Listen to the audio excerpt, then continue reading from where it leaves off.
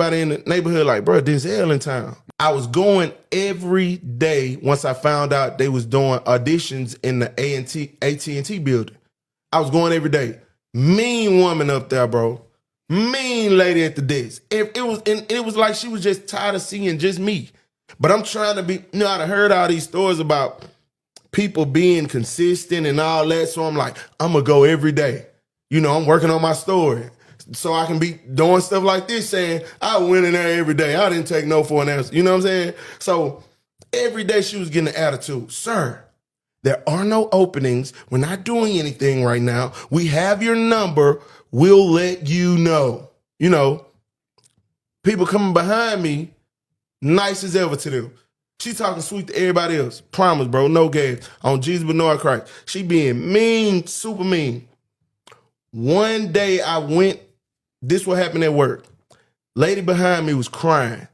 My homeboy, Courtney Ross, who gave me the job, he went back there and he was like, what's going on? He was our team leader. And she was like, man, I cashed my check on my break and lost $500. She was like, I lost all my money. That's my bill money. That's my car note. And, I'm just like, dang. Lost her money? She just lost it? She lost it. Oh. She ain't know where it was. I just heard her behind me crying. You know what I'm saying? So at the time, I'm cutting hair and working at the, you know what I'm saying? So I got haircut money in my pocket. You know what I'm saying? This what I did. Not for no blessing or not for no nothing. I just felt sorry for her because she was an older lady. I turned around. I had $300 in my pocket. I said, look, I heard what you said, about you lost your check. I just want to, give you this. I said, don't tell nobody. Don't go announce it at work. Don't make no big deal. Just take it. This for you. Because I heard you lost your money. I just wanted to help you. She started crying even louder. You know what I'm saying? She started crying even louder. My homeboy Courtney came back there and, she told him like, yeah, he just gave me, boom, boom, boom. On my break, I said, I'm going to go to the AT&T building. They doing auditions for the Great Debaters. When I went this day, she went at the desk. It was a dude up there. Soon as I walked in, bro, he was like, hey, you here to audition? And I'm like, yeah. He was like, hey, walk right through this door. Swear to God, bro. Went smooth. Walk back there. They had 2 lines on the paper that you got to say. I said the lines. They just started fitting me for the clothes right then. Pulled over. The cop comes up to the window and says, you have a warrant out for your arrest. We got to take you to jail or whatever. I'm laughing because I'm thinking like this is just a routine traffic stop. 10 minutes goes by. The second cop car shows up. Another 10 minutes goes by. The third cop car shows up. I'm like, yeah, I'm f***ed. Like I knew something wasn't right at this point. And then I seen the cop walking back to the car and he didn't have my driver's license and registration in his hand. Right. And I know immediately when that happens, he's going to ask me to exit the vehicle. Yeah. So as he's walking, I'm watching him in my side rear view and I leaned to my wife. I'm like, listen, I'm going to jail. I was like, go home and get everything out of the house. I was like, everything. I was like, all the equipment. I was like, get rid of everything. Because I was like, this is going to be bad. They're going to come. They're going to search. They arrest me. They take me down to Falkenberg Road Jail. I remember sitting in jail for 2 days. And then the weekend came. And then I sat there the whole weekend. No nothing. And then Monday came. And then they called me to pack up my stuff. Like, Bosiak, call me, roll it up.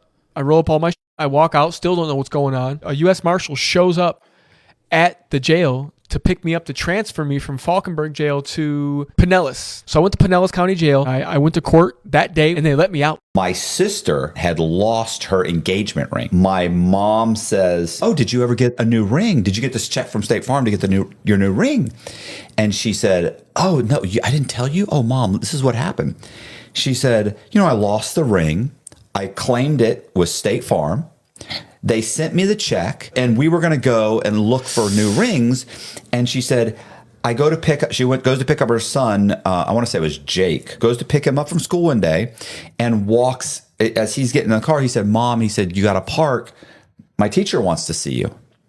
And she goes like, oh boy. Yeah. Parks the car, walks in. She says, what's going on? Jake said you wanted to see me. And she said, we had a show and tell kind of thing, where we talk about what we're doing in the weekends and this and that. And Jake had said that you were supposed to go pick up another ring. You had lost your engagement ring a couple months ago, and you and your husband were going out, and that was something they were doing this weekend. And she said, yeah. And she said, what type of a cut was the ring? And she said, oh, it was a 2 carat or whatever, diamond, whatever the cut is, princess cut, whatever. Yeah. And she said, okay. She said, what kind of gold? And she said, oh no, it was white gold or whatever, platinum band, the whole thing. She goes, did it look like this?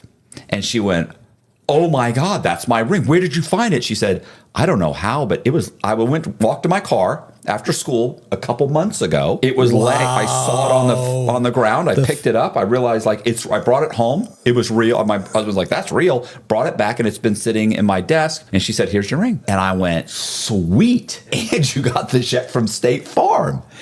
Everybody in my family, keep in mind, there's my brother, 2 sisters, their spouses. I mean, there's like 12 people sitting around this huge table my mother had. They all look at me and they go, well, Matthew, she can't keep the check. She got the ring back. That's what the check was for, to get another ring. I go, right. I go, but State Farm don't know that. State Farm doesn't know that. Right. And I look at her and they went, well, that would be dishonest.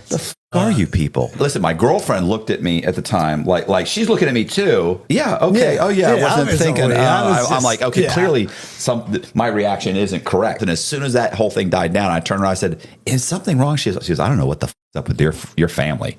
She said, I'd have taken that $15,000 and pocketed it and kept the ring. She's like, I don't know what they were thinking. Would. LAPD comes up. Something inside of me said, act with authority. I didn't give them a chance to even say anything to me. I said, can I help you? They said, yeah, actually you can. There's a person matching your description going around checking doors. Off the top of my head, I said, yeah, you probably did see that because I work for RTC, round the clock security, and I work for a group of older men that don't like domestic violence, and we have contracts with certain women to keep them safe. So I have to go making sure that these doors are locked and making sure there's no weirdos around. They don't know whether to buy it or not.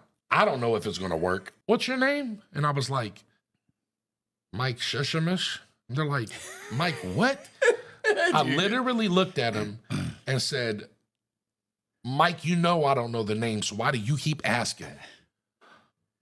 Bro, now they're coming at me. They're getting me off. They're taking my book bag off. They're about to put me in handcuffs. They're taking stuff out of my book bag. They find IDs. They probably found a social security card or 2. They're like, what's all this? And I said, I told you I work for security. I had to take those. I had to confiscate those from weirdos that are around our women's buildings. Something inside of me is just They're not buying this. They don't buy this, bro. Tell me you don't get out of this. I don't know what it was, but something inside of me was like, bro, you've sold it down the river now. Stay on the raft. You're already down, creek without a paddle. Just keep going down the river. You can't back off now. Bro, I'm telling them I confiscated this stuff. I got keys in my bag. They're putting me in handcuffs. And I'm like, man, I don't know what this is about. And they're like, sir, you lied to us about your identity. I looked at them and said, I don't even know if you're really LAPD. Sergeant shows up. He comes back to the car. He's like, so what's going on? I give him the same spiel, but I'm calling him boss. I'm like, listen, boss, I don't know what they got going on. I work for round the clock security.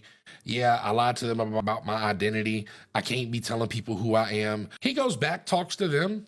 He comes back to me and he says, listen, one of them's new. Let them do their job. They're just trying to do their job. I'm going to get you out of here in a couple minutes. I'm like, yeah, what's up? And this guy goes, hey, this is a Secret Service agent. And I'm like, yeah. He said, I understand you know where Ron Wilson hid Ponzi scheme money. I go, yeah, but I need something in writing saying you're going to give me something. And he goes, well, okay, I'll try and blah, blah, blah. He ends up sending me something saying that if they recover any money, a substantial amount of money, or anybody's indicted, they will consider it substantial assistance and reduce my sentence. What else do I have? It's all I'm going to get. So I tell him what happened. They interview Ron Wilson's wife. The next day, his wife comes in and gives him $350,000, including gold bullion, silver, because he was a silver dealer. They indict the wife and Ron Wilson. I've been emailing these people, the Secret Service, this whole time. That's pretty dangerous. If the other inmates found out, I could get a real bad beat down. But I want out of prison. And between Ron Wilson and me, it's going to be Ron Wilson. So one day, I'm walking across the compound, Cox! And I'm like, oh shit. I'm like,